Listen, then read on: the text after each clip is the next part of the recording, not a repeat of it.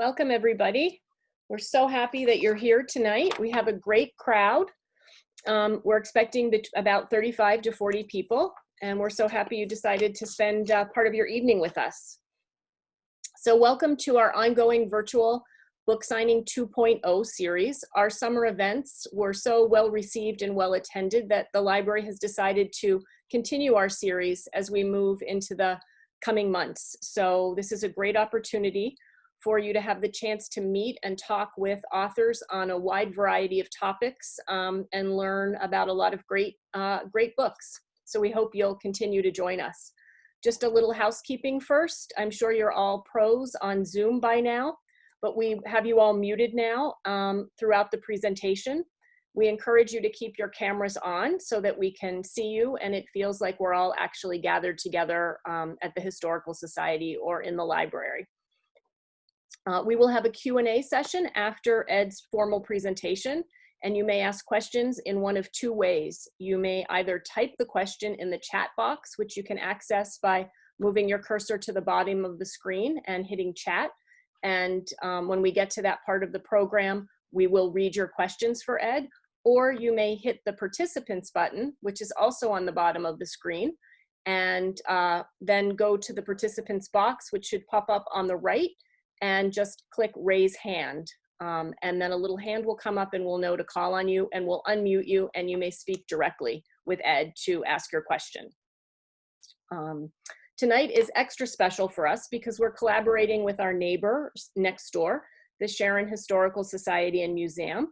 Their executive director, Christine Beer, will be moderating tonight's presentation. We love to work with our other town and area nonprofits, and we encourage you to support any and all of them that you can during these challenging times. We're all working hard to deliver our services to you and to improve your lives a little bit during this difficult time. Tonight, we are especially pleased to have a local resident with us, known to many of us as Sharon's own resident historian. Ed Kirby is the author of several books on the rich history of our region. He was born in Sharon, graduated from Housatonic Valley Regional High School, where he later taught and served as principal and assistant superintendent of schools. He was a professional baseball scout for my hometown team, the Pittsburgh Pirates. He has also written 2 novels and a screenplay.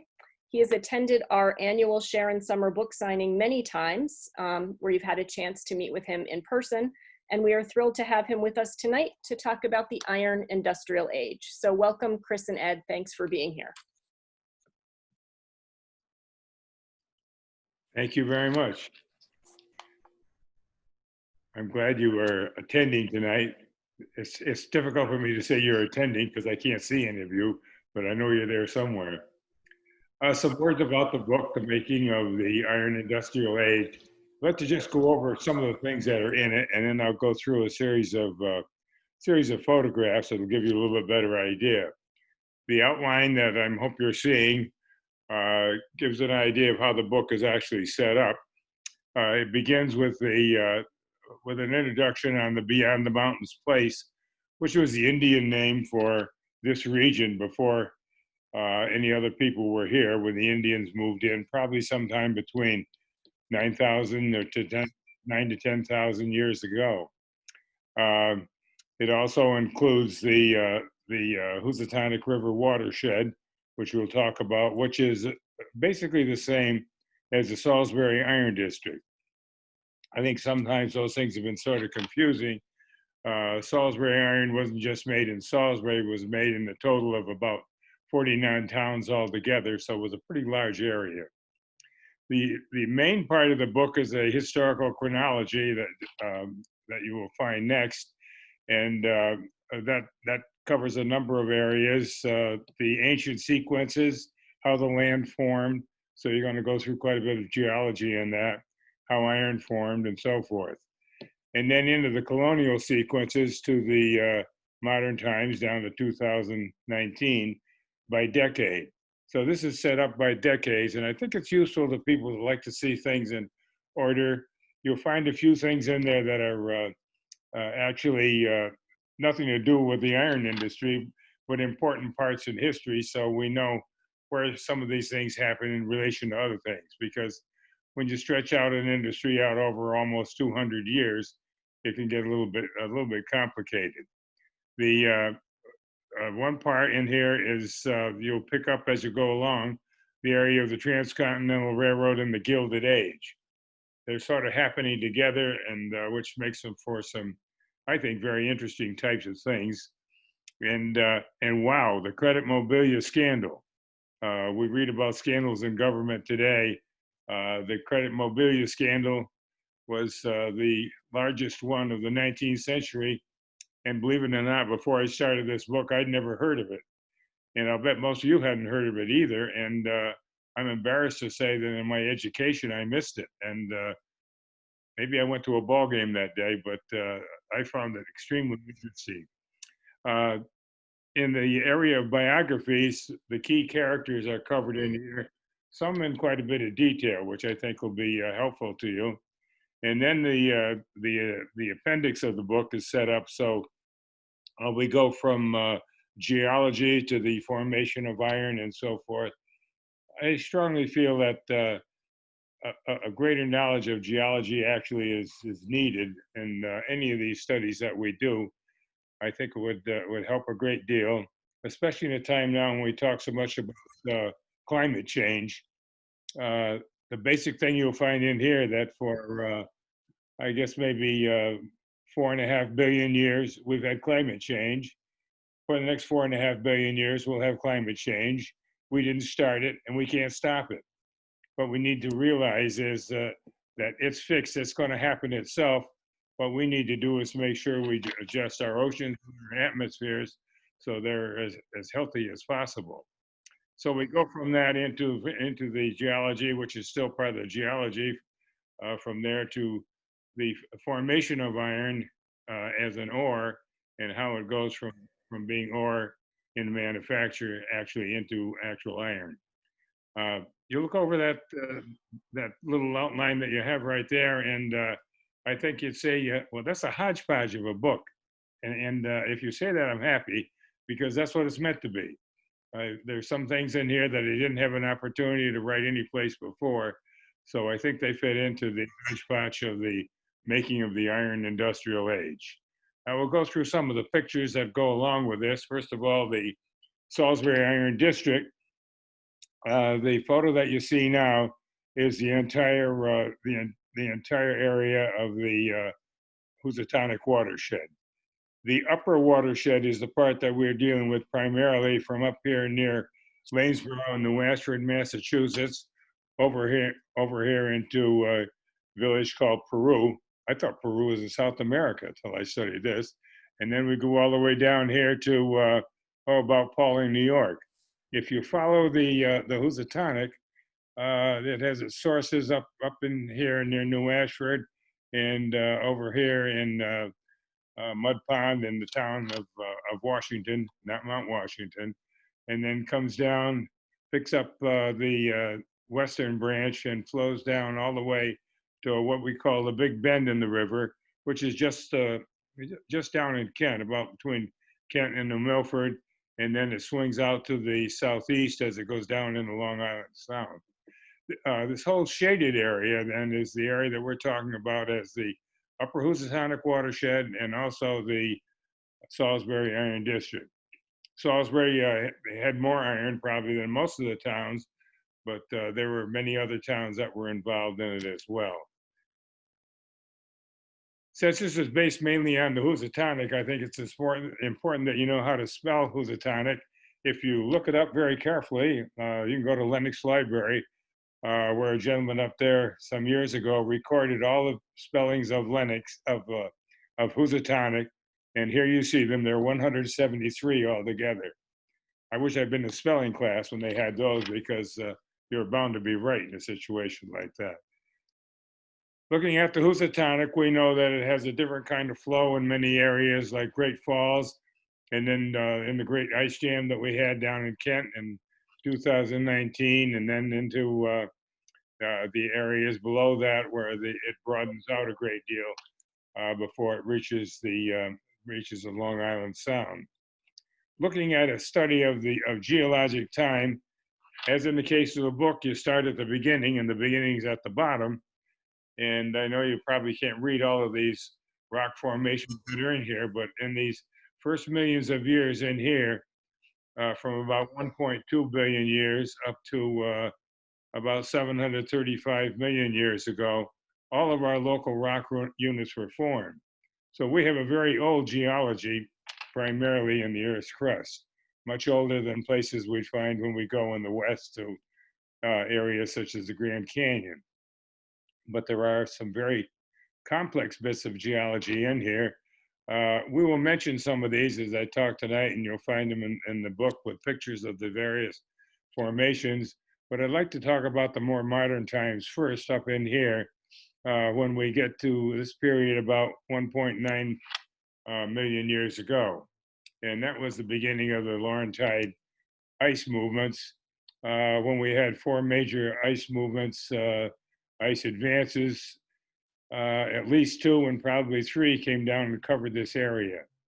And when we go out and take a look around the area, most of what we're going to find is a result of actually what happened in the last glacier, which was named the Wisconsin Glacier because it was first studied in detail there and they have the best information there.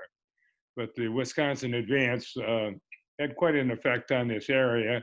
Just walking around, you can find some of these things. Like this place up on Mohawk Mountain right near the ski area. These grooves that you see in the rocks that are running along here where this hammer is, these are grooves that were scratched in by the last glacier going through here. The glacier at this point was probably about 2,600 feet thick in thickness.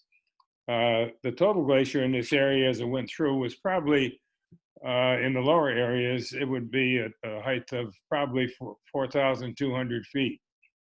Now, if you take 1 cubic foot of ice, 1 cubic foot like that, and you plunk it down on a rock, it's going to weigh about 56 pounds. And then if you put another one on top of it, it's going to weigh about 110 pounds. And if you put another one on top of that, and on top of that, I can't do the math, but you got to do it all the way up to 4,200 blocks of ice. That's a tremendous weight. And when you spread that out over a whole town, like Salisbury, that's 60 square miles, and Sharon, that's almost 60 square miles, you have a tremendous amount of weight. And that actually caused the weight to push the rock down and compress it down into the lower areas. And then after the glacier melted, in the melting period, the glacier was out of our area about 15,000 years ago. After that, the rocks gradually rose up again. So we had what they call an isostatic rebound. So you can see evidence then of these rock formations where the glacier actually grooved it. Most places the bedrock is open, but most places around here you can find some of these. These two standards that you see right in here are part of the old foundation that was in this area. You find things like kettle ponds. This little kettle pond, which is in White Hollow, right near the end of White Hollow Road going into Lime Rock, is in the parking lot of the Lime Rock racetrack. And a giant block of ice sunk in here when the glacier was melting, probably about 16, 17,000 years ago. And it sunk into the beachhead, the shore area of a great glacial lake, and it sank down, and every spring the water will seep back up there again, and then the kettle pond will dry and we just have what is called a kettle. You also find some fascinating rocks around, like this boulder that you see here, Hanging Rock in Salisbury. This thing probably weighs some 28 tons or so, and it is a true glacial erratic because you see a dark rock here, which is the Walloomsac schist, which is a metamorphic rock, over another metamorphic bedrock, which is the Stockbridge marble. So you have the schist sitting on the marble in this situation. And just this little rock in here seems to be holding it. I'm sure plenty of people tried to push it down. And if it ever cuts loose, it'll come bouncing down and we'll cross Route 41 about a quarter of a mile north of the White Hart Inn. So as you drive up that road, be careful because you're not sure what day that's likely to let go.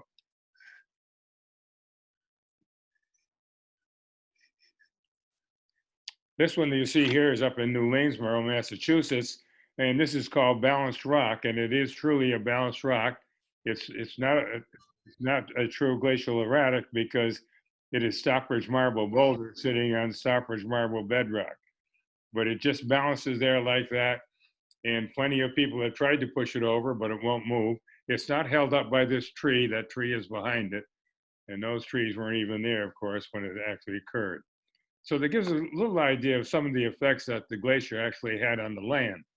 But before we had our two glacial periods that when the glacier went through, the largest ones, these are rather steep peaked mountains. But since then, the mountains have been rounded by the glaciers going over them.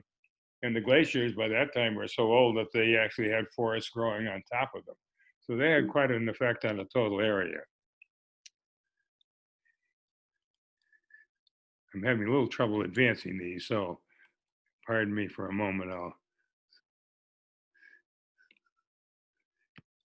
There we go. First iron that was made in this area was made over in the Lime Rock part of the town of Salisbury. The furnace, the small furnace that you see right here, made forge iron. This was an actual forge. Probably stood about 8 feet high altogether, not too large. And it had a fire burning in here, charcoal, and a lump of iron ore in this area right here, and a little jet area coming here where a big bellows, about 7 or 8 feet long, usually pumped by hand in the beginning and later with the water wheel. And that pumped the air in to make the fire burn hotter, and it would get the iron to get pulpy. Then they'd bring the iron out and they would run it through a half hammer that would hammer it down and make it into shapes. So you were making wrought iron. The iron there was first discovered over at Ore Hill in the Salisbury area in 1731, and Thomas Lamb built the first forge in 1735 in the town of Lime Rock. That forge, parts of it probably still there, but it's buried under about 20 feet of slag and charcoal that was never used at this point. We can find places, however, where these forges were. One of the best ones is in the Huntington Hollow on the eastern part of Sharon, over toward West Cornwall. And you have a high wall here, the wall that you see, which is crumbled away by now, but that blocked off Karst Brook and made a dam. And there was a water wheel that sat right in this area. The forge was right here in a building. And all the iron was made in indoor sites, incidentally, so they'd be protected by rain. And then there was another water wheel that operated in this spot, and that ran the hammer. And a little bit further down the stream, there was still another water wheel that ran a grist mill. And there probably were as many as 4, maybe 5 water wheels in this altogether. One of the great things about the water power is it can be used over and over and over again as you go downstream. Having trouble getting these advancing, so. The first actual furnace was built in the town of Salisbury, actually in the Lakeville section right behind the firehouse. And you can see where the furnace was. I don't know if you can see the Solaro or not, but you see the flame in here. And this comes down across the building from Route 44. And this is the charging wall here that goes into the furnace. And that's the way these furnaces are all fed from the top. And then the water power in here ran a bellows that kept the furnace operating at a hot temperature. In this case, in this diagram here that you see is really after the opening of the American Revolution, when an additional water wheel was put in, and this was right behind the old firehouse by the gas station in Lakeville, and they ran the water down here and it turned power. Meanwhile, in the ground, they made earthen pits and they poured the hot iron in there and formed a cannon shape. And then they'd take the cannon once it hardened out, and they'd put it in this shed, and a giant drill operated by this wheel would operate it and grind away on it until it made a bore in the cannon. And then they would take the cannons up to where the St. Mary's Church is right now, and they would fire the cannons from there to test them over into the bank by what used to be the ball field over by Harrington's. And they then checked. These drills didn't all get them perfectly straight, but they then checked them and put a tag on them. If it shot a little bit to the left, they'd put down shoots 3 degrees left or something like that. And that's the way it was shipped off to the Union troops or to the Revolutionary troops. The second furnace was built up in Lenox, Massachusetts, still part of the Salisbury district, in about 1778. So this one was a little bit later. This is a picture of that furnace in later years.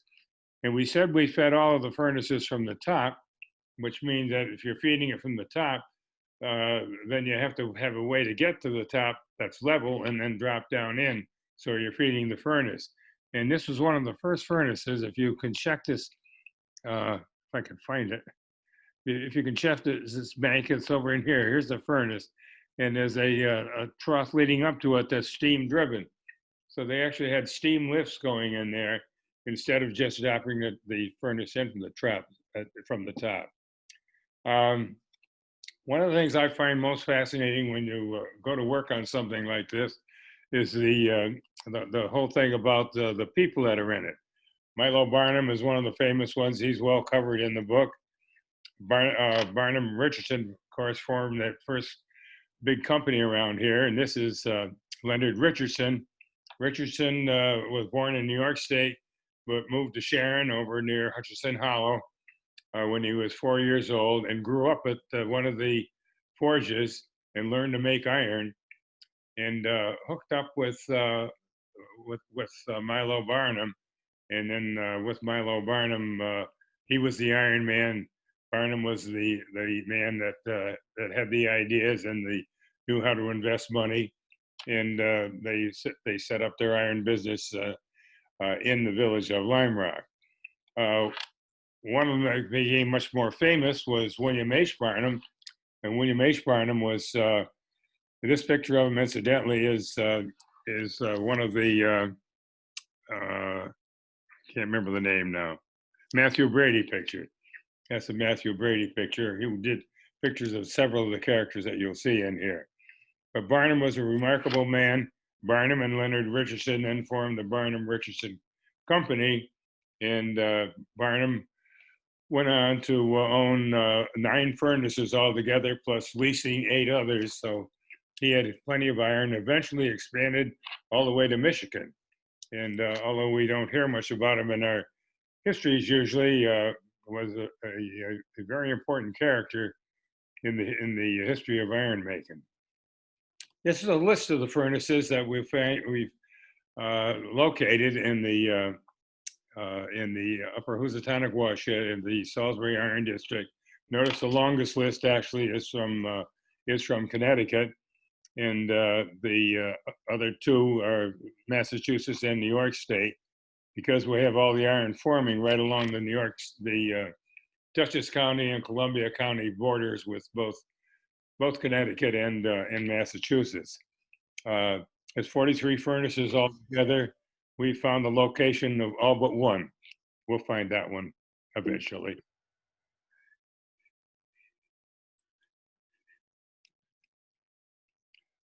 Some of the furnaces have been had work done on them, so they've been preserved.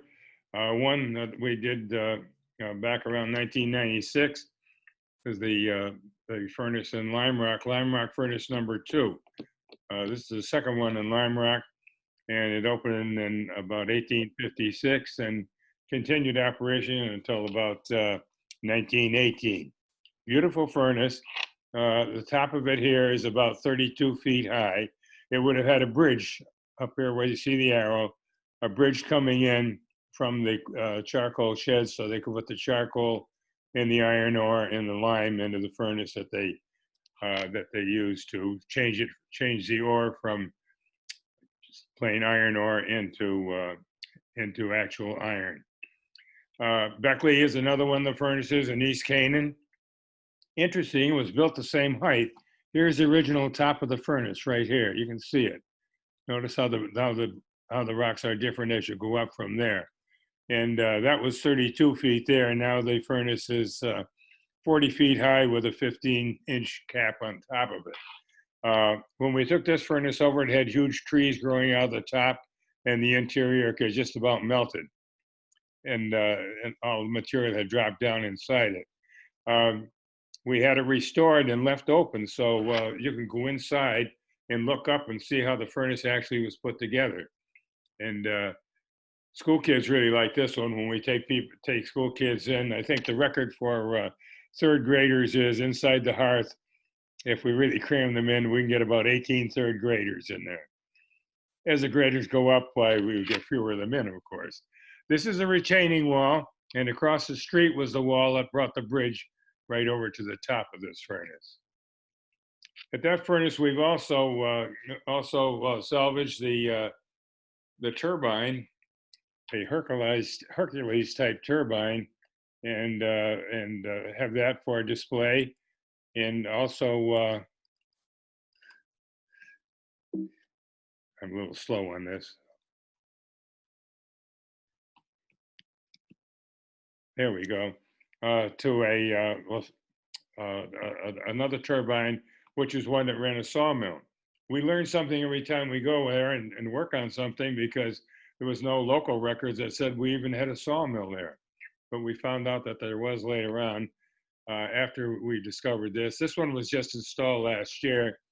It has a new shed over it now and has been restored enough. These both would be good enough to operate these days. Give a little bit better idea of what they were like when they were all covered. This is the Buena Vista furnace up in Falls Village back about 1880. The furnace is in this building right here. The top of the furnace would be right level with this point here. So the furnace is down in here, and then this is the casting shed where the iron was actually brought out. And you can see the water running out here. That water was circulated inside the furnace, so the areas where they needed to have water to cool the nozzles that went in to take the heat into the furnace. This furnace in Millerton lasted quite a while. It belonged to Barnum Richardson, as the last furnace said that I just showed you. And the furnace here, right over the railroad track, one evening in 1883, a train steam engine was going through. Sparks went up from the steam engine and set the whole thing on fire. So it burned down and was later rebuilt. And it was rebuilt much differently, this time with steam loaders here, so that the casting shed is still over here, but back here, this is a very old picture. Back here, the charcoal, the lime, and the ore were brought in, and then they were lifted up and the steam loader dropped down into the furnace. So much more efficient in that way. Another one up to the north in the Kobe Iron Works. The only one still standing is the, not this way, but is the Lennox furnace in Richmond furnace, I'm sorry, in Richmond, Massachusetts. I always had a great liking to that furnace because I saw it this way in 1902 when I was 5 years old. My dad took me there because my great-grandfather, John Lawton, came over from Ireland in 1856 and went to work in the mines at age 14 for 10 hours a day till he finally got promoted up to the furnace, and then that's moving up to much better conditions. This is the casting arch on the furnace, and at that time when I saw it in 1932, the bridge was still standing right here.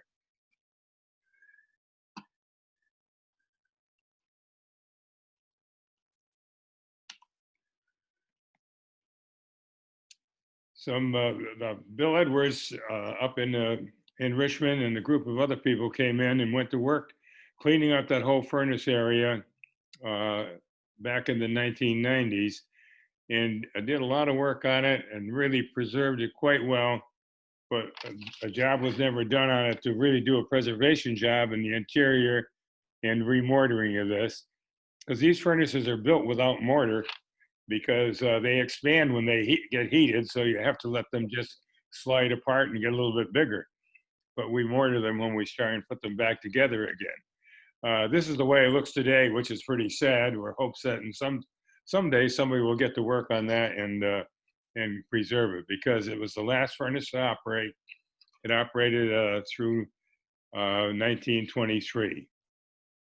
This is the one in Sharon, which I include since this is a Sharon program tonight, but the Sharon furnace, this is the way it stood in about 1875. Charcoal sheds up in here. You can see, here's the charging bridge right here.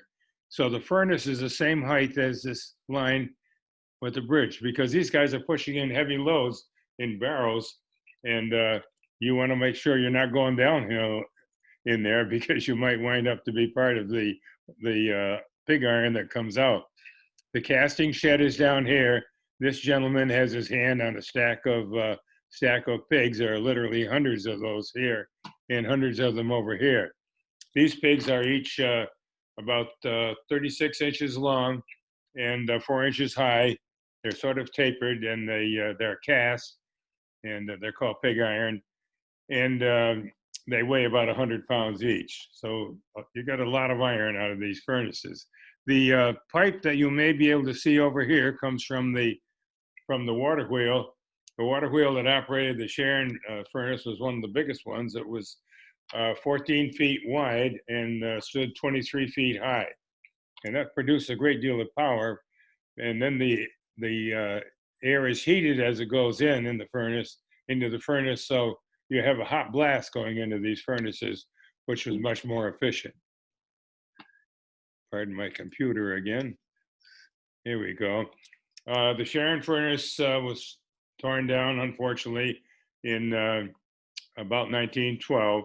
We did an archaeological dig there in 2002 and got back in the hearth and learned some valuable things about this particular furnace. The last furnace was built, and they started in June of 1918 in the Salisbury district. This is up in East Canaan. You'll notice the interior of the furnace back here is metal in this case. So this was a steel binding around which they would fill this in the inside with fire brick, and this would be even more efficient. And they stopped building it in June of 1919. And I think that's pretty easy to figure, because the Civil War, World War I ended in Armistice Day in November of 1918. So the need for iron dropped off considerably after that. All of the work that was done around here was not just done in our area. A young man who built the Lime Rock furnace was called out to Oregon. His name was George D. Wilbur. And if you remember Bill Wilbur, who was first selectman in Sharon, the late Bill Wilbur, he was his great uncle. And he went out and built a furnace in Lake Oswego, Oregon, which was the first one built west of the Missouri River. And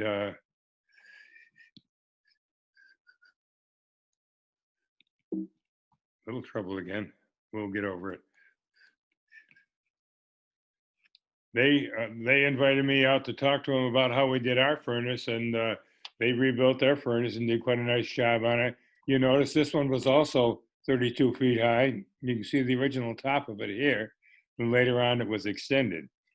And George Wilbur came back here and rebuilt the furnace in Copiague Falls. Unfortunately, the Copiague Falls furnace went into extreme disrepair after they closed it in 1905, and they removed all the heavy rocks from the outside to stabilize the stream, and now it's in the process of being repaired, and looks much better. And they vowed that they're going to complete it all the way up to the top. This is interesting because you look back here, you can all see the charging charging wall for it that will take it into the top of the furnace. In Sharon, we don't have the furnace any longer, and we did have two, but we did repair on the lime kiln down at Sharon Valley, and that still rests quite comfortably in Sharon Valley, and was run by Chauncey Morehouse for many years, and probably didn't close down until about 1905. The whole thing about charcoal is quite important. Most of the charcoal was made in charcoal mounds like this, often called pits, but they weren't pits. And if you see this area right in here, there was an area in there that they would drop lighted sticks down in here to set that on fire. And this, of course, would be all covered over. These logs are about 4 feet long. So you have this is about 12 feet high in the inside.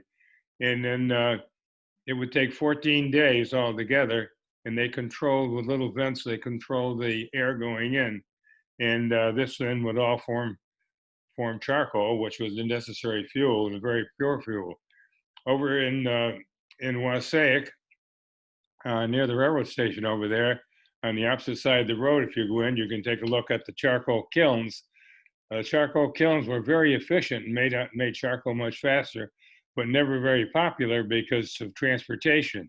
You had to transport the wood in, and the wood was extremely heavy compared to transporting charcoal, which only weighs about 1/5 as much. A huge charcoal plant was later built up in Canaan, and that was quite efficient, except that it didn't make enough of the charcoal that was needed, and so they had to go back and bid on charcoal again, which they formerly got for about 5 cents a bushel and went up to 25 cents a bushel, and that had a severe impact on the iron industry. Lime Rock is kind of an interesting place to look at in the iron business. This is the old iron making shop where they made railroad car wheels. We'll take a close-up of that. These are the railroad car wheels that they made there. They weigh about 640 pounds each, so a lot of iron to make a railroad car wheel. Barnum Richardson Company was always good to their help. This guy right here is the boss man with the derby on. He's making $1.65 a day. This guy over here just came on. This is his first day. He's going to be getting about 90 cents a day. And this is all, of course, in company script. But then we go to the next step, if I can go to the next step. And we find that they are getting their houses, company houses. These houses still stand there. And they were the company houses. They were $3 a month. So if you're making 90 cents or $1 a day, in less than 5 days, you actually can pay for your house. And that was pretty reasonable and much better than most people are doing today. Barnum also built the church that is in Lime Rock that we would know well. And the Lime Rock Cemetery contains both the Barnums in this grave area and the Richardsons over here. Very famous also was Hotchkiss, of course, Hotchkiss Library. And Andrew Hotchkiss developed what today we call the monkey wrench, called the adjustable wrench in those days, which used the principle of a rotating inclined plane right here to close it. Very efficient. Also developed an exploding shell, which after great testing he had a lot of success with, and that was really very good for this area, and very good in the Civil War, because many of them were sold to the Union Army. Hotchkiss, Benjamin Berkeley Hotchkiss, while he worked in this country, was big on the development of arms, probably one of the biggest in the world, and eventually took his business over to Paris. He did not take Mrs. Hotchkiss with him, and he finally died over there, and he married again before he died, and he married again over there, and of course he was still married to Mrs. Hotchkiss here, but she had the last laugh, if there's a laugh in this, but she inherited all of his money as a result. And then shortly after that, his father died, and his father had left most of his money to him, which of course she also received. So she became probably the wealthiest woman in Connecticut at that time, and probably one of the most wealthy women in the country. Another family very important to the area is the Ames family. Horatio Ames, this giant man here, 6'6", 300 pounds, developed a cannon that weighed 19,500 pounds and would shoot a shell over a 125-pound shell a distance of over 60 miles. And he was one of the Ames brothers that were very famous in the shovel business, and the biggest developer and producer of shovels in the world. If you go up to the Shovel Museum in eastern Massachusetts, where this picture is taken from, there are something like 840 different styles of shovels. You wouldn't believe there could be that many shovels existing. Also very important in this area was, I forgot his name, Collis Huntington. Collis Huntington was born in Harwinton, Connecticut, did a lot of work in this area, finally married a girl from West Cornwall. And while he didn't become a resident, he spent a great deal of his time here. This is a picture of Hollis and his wife, along with some of the family at Niagara Falls. John Thomas Durant, very important character from Lee, Massachusetts, also part of the Salisbury Iron District. Went to medical school and became a doctor, and then got into the railroad business, and became a good friend of Lincoln's, as the Ames brothers were as well. And that's what gave the start to the Transcontinental Railroad, which these are the routes that were given to the land routes to be used. Some of these, the land in some of these things is over 100 miles wide. So the railroads made out with pretty good deals, but the main one used was this one here. There already were railroads not shown here all the way to Chicago. So mainly they were starting in this area and then going all the way across. The railroads that was finally built was this one right through here, Union Pacific and the Central Pacific Railroad. And the union of those two formed the first Transcontinental Railroad.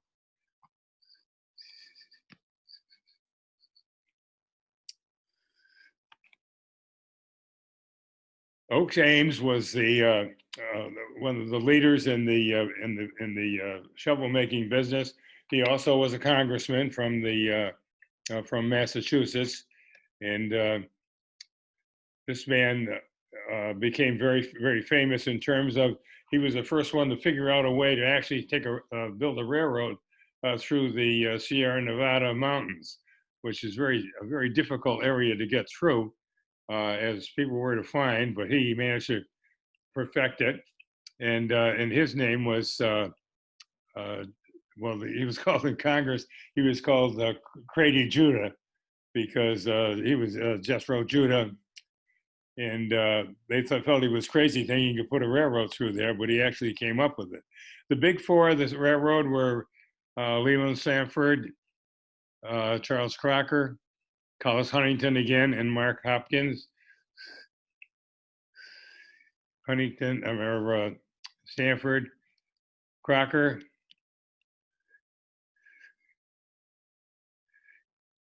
and Mark Hopkins. Mark Hopkins, a few years younger than the others. Collis Huntington, of course, was the one that raised the most of the money by dealing with Congress. He spent a great deal of his railroad time in the East. Lincoln was a great supporter of the railroads, liked them very much. This is a reenactment that was done out there on him taking the train from Illinois back to Washington after he was elected president. One of the rumors is that he actually was the engineer on the train for the first 18 miles. I've never been able to document that, but it makes a nice story. A few shots just going through the Sierra Nevadas and how rough it was to build a railroad through someone like that. And this is emphasized quite a bit in the book. This one always amused me. This is in Wyoming, and the crossing Dale Creek. Dale Creek is 5 feet wide.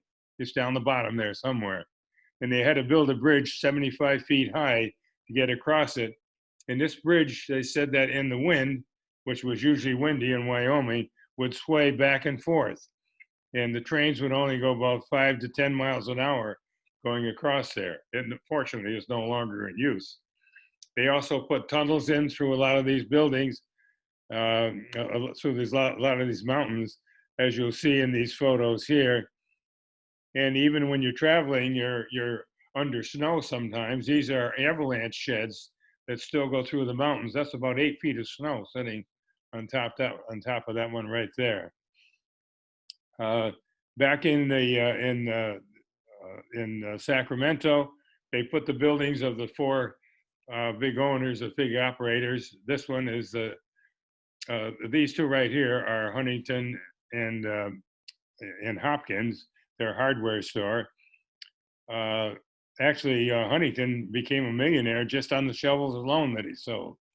This was this one over here on this side was the one belonging to Stanford, and this one over here to Crocker.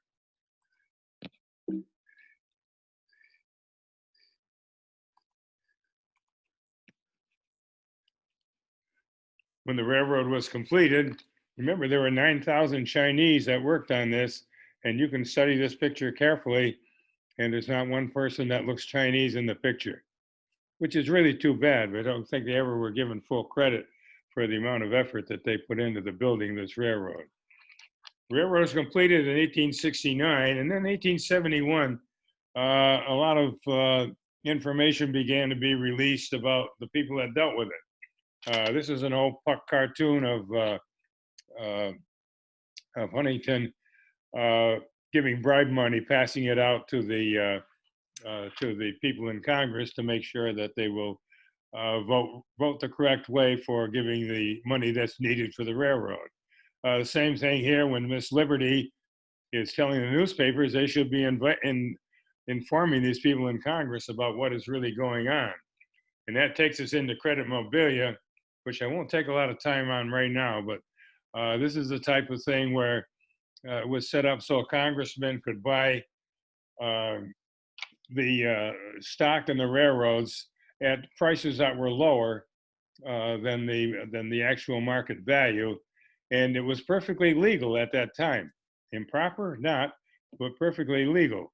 But this was the breakup of it, and it led to the firing of Durant, who was in charge of that part of the railroad, and President Lincoln at that time fired Durant and replaced him with Congressman Oaks Ames. And Ames was actually he was sanctioned by the House afterwards for his role in this. Wrong direction. Schuyler Colfax was vice president at the time, and he was one of the men involved in that. Interesting comparison. Butch Cassidy, the Sundance Kid, robbed the Union Pacific twice. And hey, they did great. They got a movie made and everything else. They became very famous. They sold $30,000 on the first one and $55,000 on the second one for $85,000. However, the congressmen, who then didn't have to go out in the rain or hold up trains or anything else, made a total of over $20 million all told. So they did quite well on this. Interesting comparison. Right here in Sharon, Frank Sprague built his home, and Frank Sprague was very important in the electrical field. He was called the father of electrical transportation, vertical and vertical and horizontal. He built the first trolley cars that were used in the 1870s down in Richmond, Virginia, and he developed electric elevators that he later sold out to the Otis Elevator Company, which is still operating. The tribute to the two Ames brothers, Oaks Ames and his brother, each with a plaque on top with their name on it, alongside where the railroad used to run, but no longer goes by. And of course, we go into the Gilded Age. These guys like building houses, and they were always kind to everyone. Here you have Crocker's house right here. He tried to buy the property behind it. The guy wouldn't sell it, so he built a shed around it so the guy would have no sunlight and could only look out just on the main street that went by. One of the houses that was built by Hopkins and his wife out in San Francisco. This beautiful house that was burned during the 1906 earthquake turned into the Hopkins Inn, top of the mark. And the Hopkins then died, and his wife, who Mary Lou Sherwood, who he had married, was building the castle, building a home in the Gilded Age back in Great Barrington. Some of you may be familiar with this. She married Edward Seals, who was the person doing the designing of the building, and then actually became the Seals Castle, but it was built by Hopkins money, which was really railroad money. Another one of the houses, this one was one built in 57th Street in New York City. Perhaps the biggest of all when it was built, Shadowbrook up in Massachusetts. Andrew Carnegie finally bought this house and died in it in 1919. Back down in Lime Rock again, we have C.W. Barnum, Charles W. Barnum, and this was his house, which burned down in about 1924. And so obviously he's no longer there. Some buildings are still around. This is now a residence, and it's down in West Cornwall, and it's a chapel that was built by through mainly the funding by keep forgetting names by Collis Huntington in honor of his wife, who was born right here in West Cornwall. If you get out and get around, there are a lot of these things you can see, and as history changes some of them. One of the interesting ones, I think, is down, if you go down underneath the Great Cement Bridge in Cornwall Bridge, back here, this is about in the 1920s, the covered bridge is still there. There were two covered bridges in Cornwall, one in West Cornwall, which is still there, and this covered bridge that's still there, that was by this time just a footbridge. And if you go down into Cornwall Bridge on either side by the church on the Sharon side and by the station on the Cornwall Bridge side, you can still see the abutments for this bridge. This went out with in the flood of the ice flood of 1936.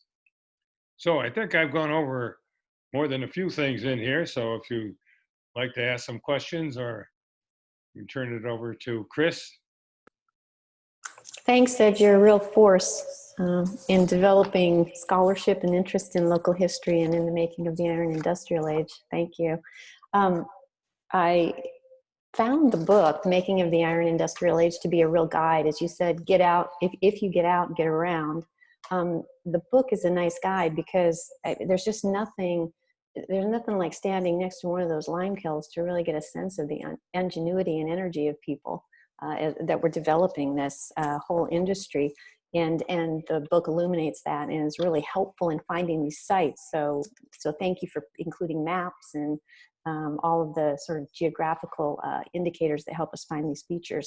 And closer to home, just an aside, closer to home, I learned about the history of my Ames shovel, which has an enduring design. Who knew? Made it all the way through the gold rush and the iron industry to my local garden. So thank you.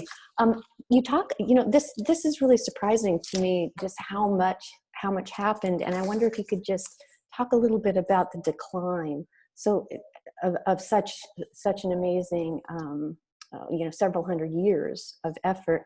Looking back, would you say the decline was inevitable? Or were there choices made by some of these industrialists to hasten the intended or unintended consequences of the decline?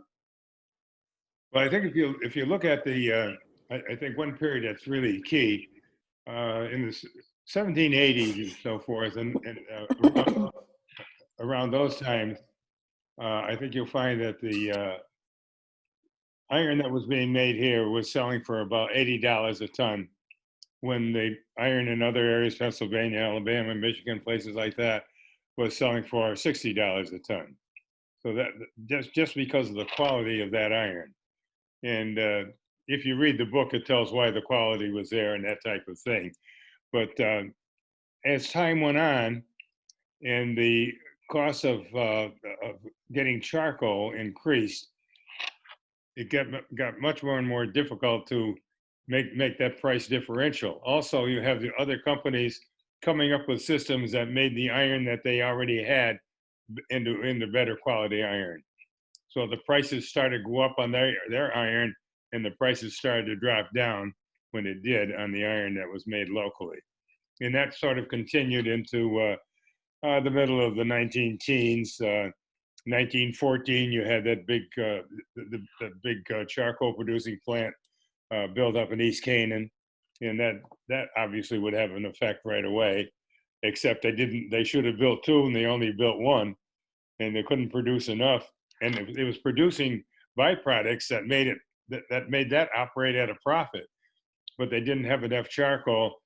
And when they went back and tried to rebid for the charcoal they got from Michigan and West Virginia and Vermont, the price had gone from 5 cents a bushel to 25 cents a bushel. And that's really, I think, the major factor as that continued in killing the iron industry.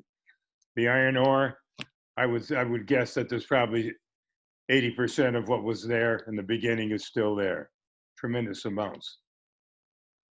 Well, what about the impact of the Transcontinental Railroad? The impact on the or the impact of transportation.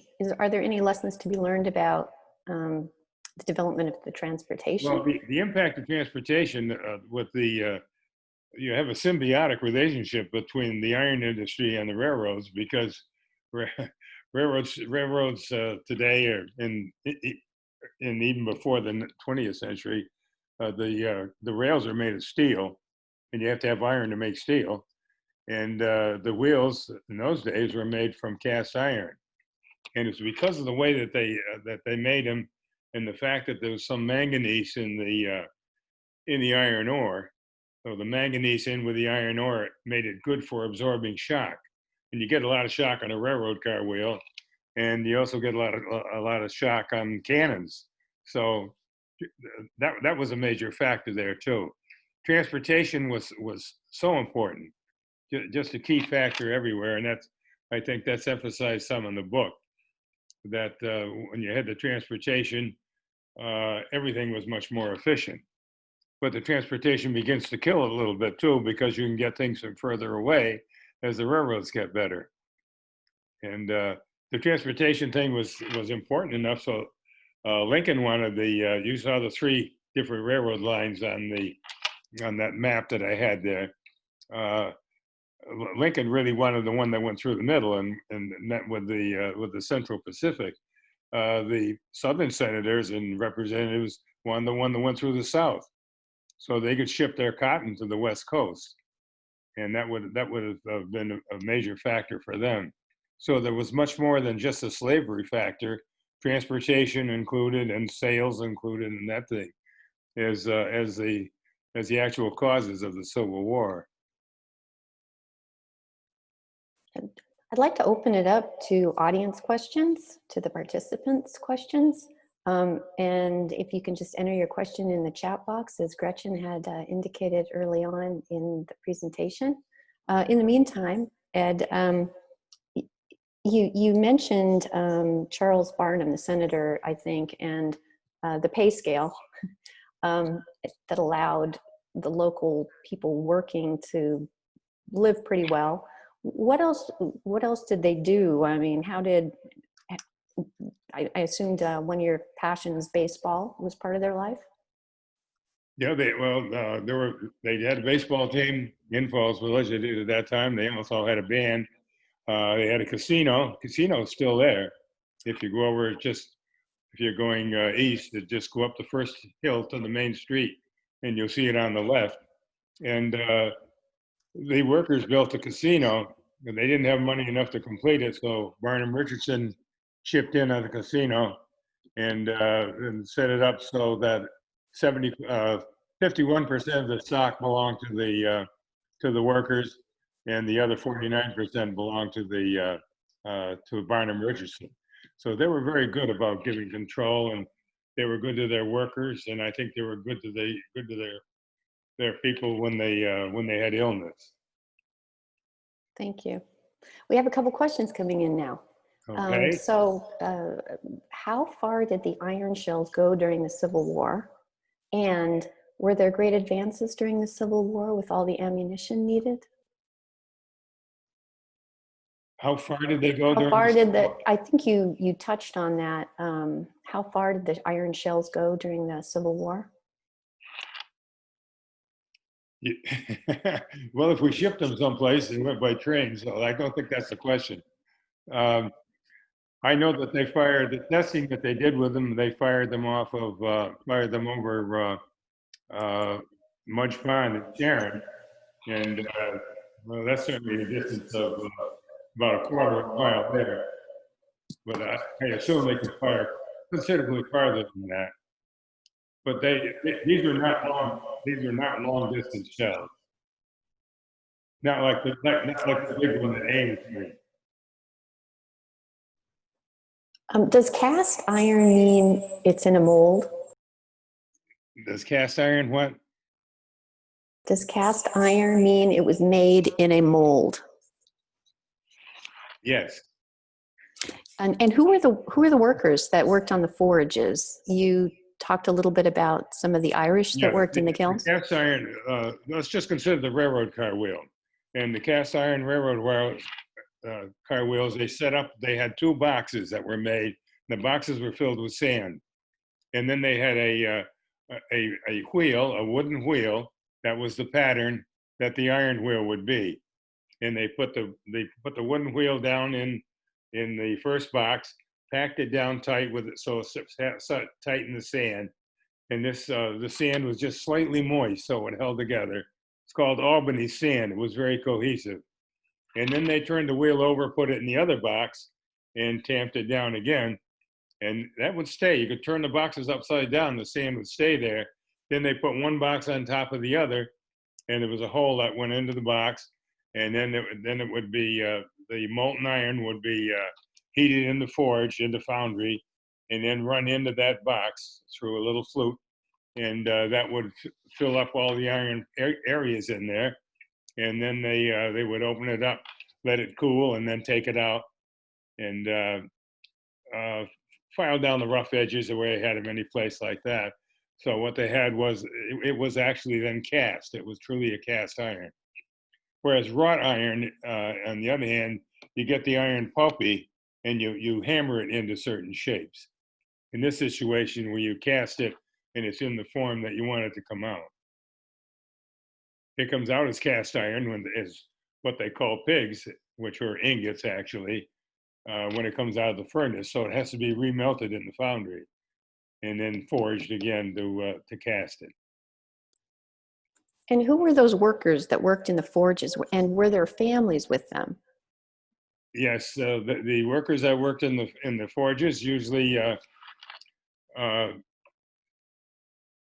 there weren't forges in all of the furnaces. The main forge in Barnum Richardson right around here was in Lime Rock, and they were families. And some of these families, one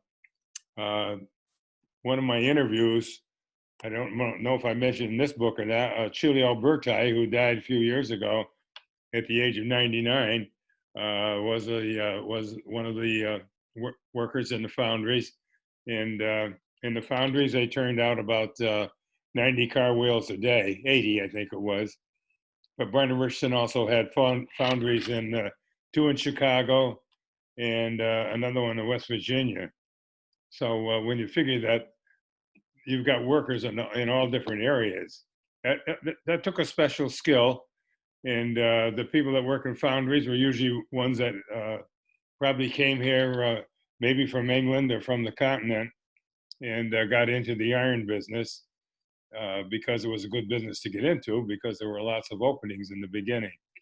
And as the business began to close down, a lot of these people moved on, and you'll find a lot of the same family names in Illinois and Michigan, and where the furnaces were out there. So when you talk about the different sites, did they have similar characteristics in terms of the relationship that you talked about, like Barnum and the people who worked with him, the pay scale, the support of the casino? Was that unique here, or was that something that was consciously replicated elsewhere and for particular reasons? I would think that a lot of that would be replicated in other places. We don't have the records of some of these places, so it's a little bit hard to tell.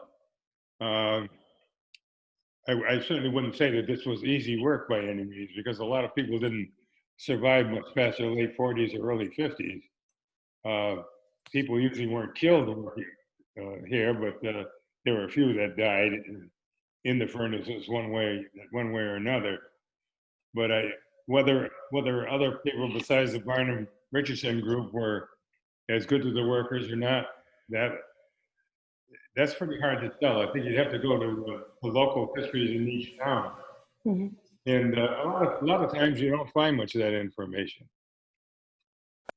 Yeah, there are a lot of mysteries for sure. Just we have a set of questions around turning back to the natural resources that are integral to this industry. Did the quality of the iron ore and the expense of digging deeper into the mine, or digging deeper to mine it, I should say, have adverse effect on the industry? Did the quality of the quality of the iron ore? I think you said we still have about 85% of the supply of ore, high quality ore. Did the quality of the ore or the expense of digging deeper hasten the decline of the industry? No, I don't think so. I think the fact that there was people were making better iron in other areas, which is closely linked to the fact that charcoal had become so expensive. I think that's the major difference right there. All of the ore mines, and the ore mines all up and down that whole the whole Salisbury Iron District on the west side, mostly in the Taconic Range, and they differed slightly, but not a great deal. And the iron that was mined there, the limonite and goethite, which were the two ores that they got out of that, were over 50% iron. I think limonite was about 62% iron, and goethite was about 69% iron, and which is fairly high in iron content. Although as you go further west, you get into magnetite, and that's 75%, 74%. So that's even better. But the interesting thing is that the iron that these guys are mining in the Salisbury Iron District is actually rust. And you say, rust? What good is rust? Well, if you get rid of, the fact is that of very high grade iron ores, these were buried in an ocean for periods of time. And that's what rusted them. So when you're going through the process of making the iron, you apply all this heat. What you're doing is getting rid of the rust, which you're getting back to the ores that were really very high quality to begin with. So I think the quality still stayed good. I think the charcoal and the fact that other areas then began to make iron more efficiently, also on bigger furnaces.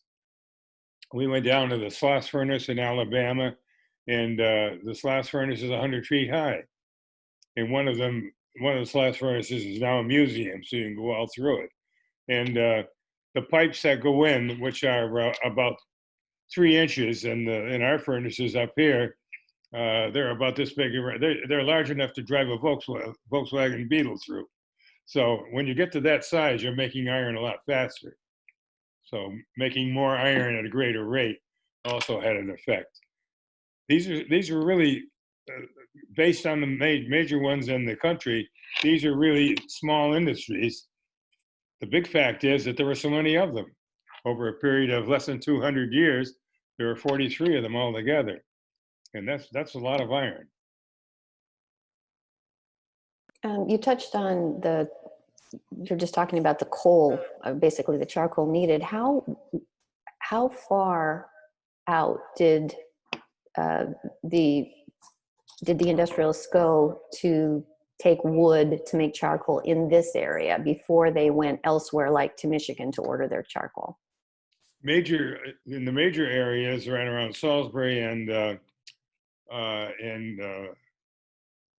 Lime Rock area, which is part of Salisbury, and Sharon, the major charcoal areas that they had were east of White Hollow Road, between there and up on top of Sharon Mountain, and that whole area, you just find dozens of charcoal beds just about everywhere in the Sharon part and also in the Salisbury part. So they didn't have to take that very far. The whole idea of taking wood very far before you make it into charcoal is prohibitive, because even though the charcoal kilns by the furnace will make it much faster, transporting it there is much more of a problem when it weighs 5 times as much. So if you go to some place like the Miles Sanctuary, where the lake is the Miles Sanctuary, going up the hill on either side, you've got a total of probably somewhere around 200 charcoal beds in there altogether. So that's a major charcoal area, and they made the charcoal right there in those charcoal beds. The wood was brought down the hill a little bit closer to the lake, and then it could be transported out by horse and wagon to the furnaces, and it wasn't that far to the furnaces. So that they were much more successful with not transporting the wood too far, making the charcoal right in the field. Some cases the charcoal kilns worked out well. In the case of Richmond, I think they either had 5 or 6 of those. And my dad hauled charcoal into those last ones in the early 1920s as a teamster, and put the wood into those, but they had to haul the wood in, which again is 5 times as heavy, but it was right there within a few, maybe 100 feet from the furnace. So he didn't have to transport the charcoal much at that point.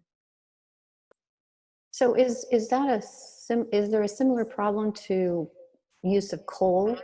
Why not use coal, and did it start to compete as a resource? There's no coal close to here. So same problem of transportation? The same problem as transportation again. And a few furnaces did use coal, only 2 or 3. And but most of them were charcoal operated. And the charcoal was very pure, so it's about 99.9% charcoal. So you're getting a very high temperature from it when it burns. And it was light and easy to use once you got it in place. Coal is much heavier to use. And the coal you really need to transport by railroad. Eventually, there were railroads running. First railroad from Bridgeport up to Canaan was completed in 1841, and then the railroad, the present line that ran up from New York all the way to Chatham, that was completed about 1858, and then the railroad that went to Hartford by way of East Canaan was 1871. So by 1871, you're well into the charcoal business, and they just stuck with the charcoal in that case. So we'll finish with a couple of local questions about local sites, and then a bigger picture question. Was Ore Hill Mine the largest mine in the area? Which one? Ore Hill Mine in Lakeville?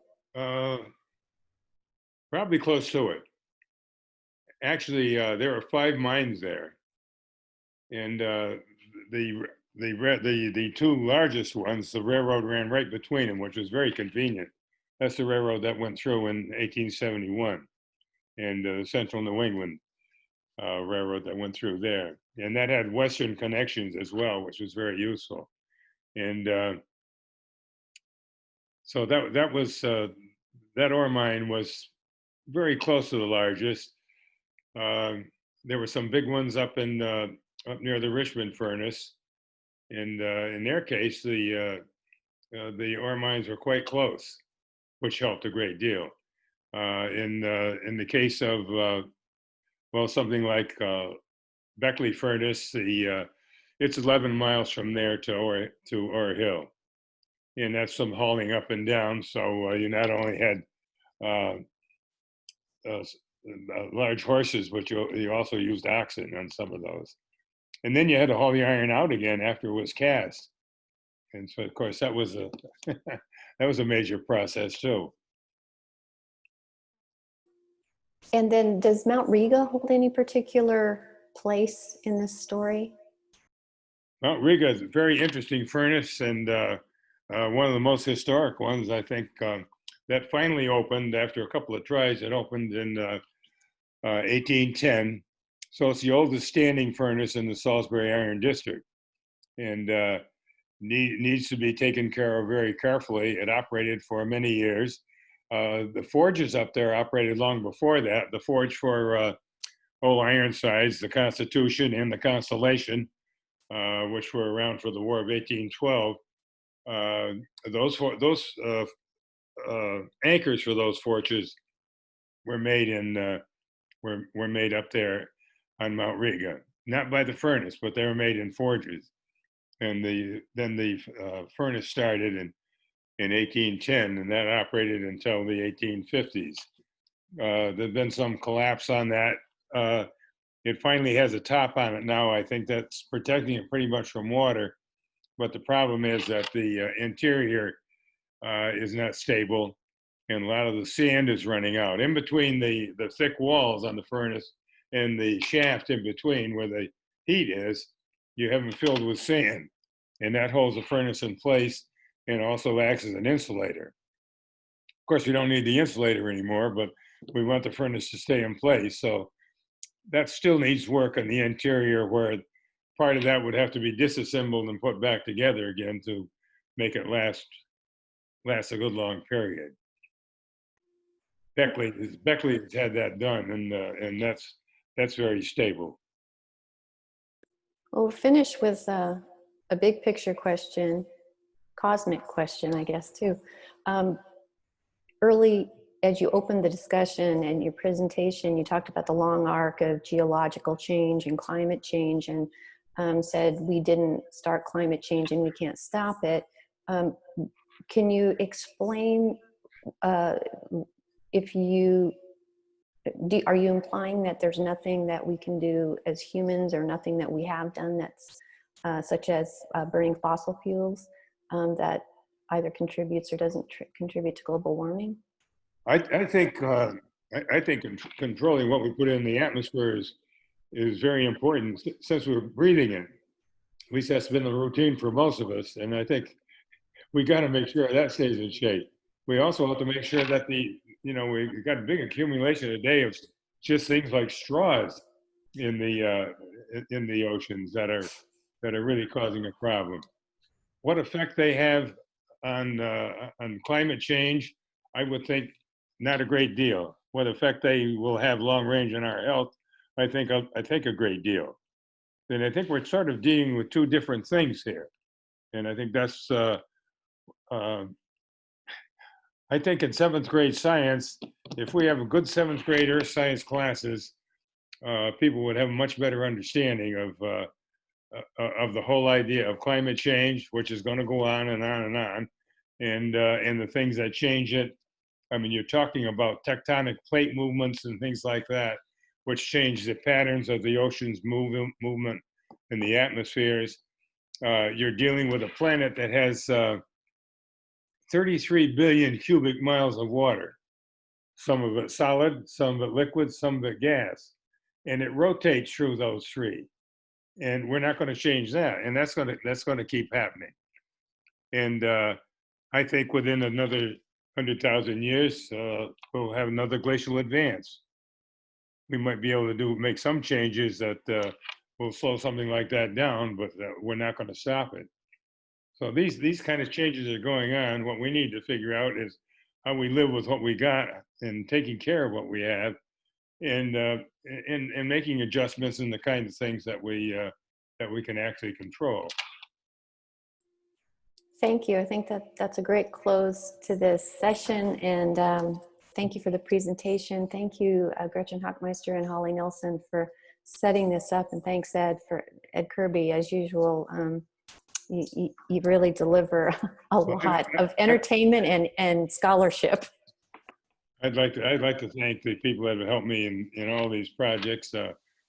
First of all, my family, my wife Mary, for putting up with me when I'm going all these places and doing all these things, and thank all of my family for their support. And I'd like to thank my friends out in the West, the Dodsons and Johnsons and other people that have helped us with the parts that we really needed a lot of help on, the Western Railroad sections. And also thank my buddy Barky Prindle, who has traveled some of these things with me. We go out there and we come back by train, so we pick up a lot of this information coming back on the trains, which is really pretty exciting. And this year we couldn't do it because of COVID, so we're still waiting for the next one. So we have a lot of people to thank, and I really appreciate it. And thanks very much, and thank you, Chris, for the wonderful job you're doing here. So have a good evening, everyone. Thanks everyone for coming. Thank you, Ed and Chris. I think we learned a lot. If it was really, really interesting. Thanks so much. If you ordered a book from us, we'll be contacting you early in the week about when and how you can pick that up from the library. And just keep in mind, we have a few events coming up. On Thursday, September 24th, we will be hosting Maxine Pietro, who lives in Armenia, and she's the co-author of many of James Patterson's best-selling mysteries. And she's going to talk about the co-writing process, the mystery genre, and what is like to work with one of the world's best-selling authors. And on Tuesday, October 13th, we'll have Sharon's own Bill Clegg, who will be reading from and discussing his brand new novel, The End of the Day, which, like his previous novel, deals in part with a small town, suspiciously very much like Sharon, even with some of the same road names. So his books are always interesting for us to have. And on Thursday, October 29th, we will have Chris Whipple with us, who will talk about his new book on the directors of the CIA. And that event will be moderated by investigative reporter Brian Ross. So mark your calendars, check out our website, check out the Historical Society website, and take care, everyone. Thank you all. Good night.